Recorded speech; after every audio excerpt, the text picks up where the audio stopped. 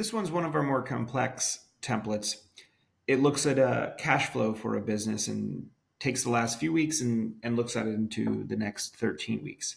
So in our cover page here, we've got the standard, what's the client name, just using Amalgam. But then our date, we've got one date. This is built around Mondays being the main date. Saying Monday 3/25 is our date. We're looking at the last 4 Mondays, and we're also looking at the next 13 Mondays. So I'm going to dive in right to the output. So this is what it looks like. We've got here the last 4 weeks. We've got this week's activity, and then we've got the next 13 weeks out to the right.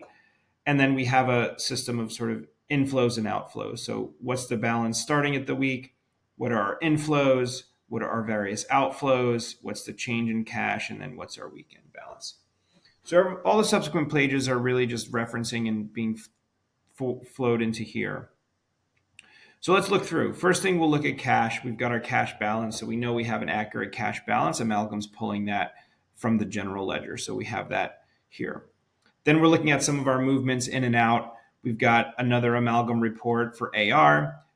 That's what we're looking at here. We've got the next tab is AP. So you're pulling in your AR report, and then we've created in these fields, columns F through O, our free form fields.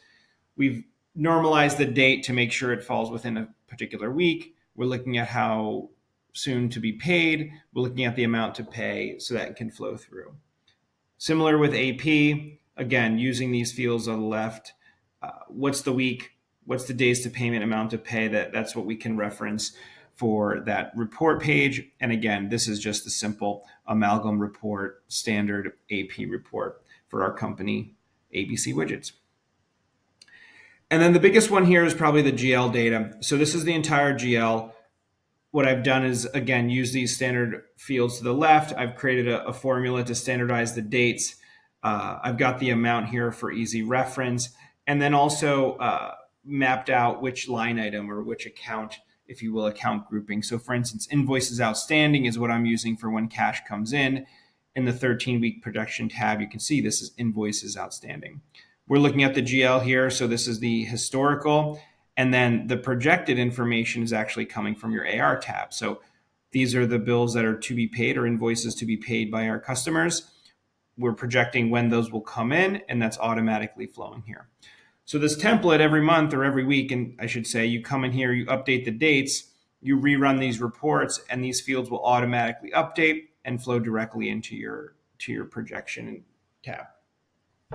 And then lastly, there's just things that, unlike AR, AP, that we want to project that aren't necessarily scheduled. So we've created this kind of free form projections tab here. It looks at things like payroll, rent and utilities, credit card payments.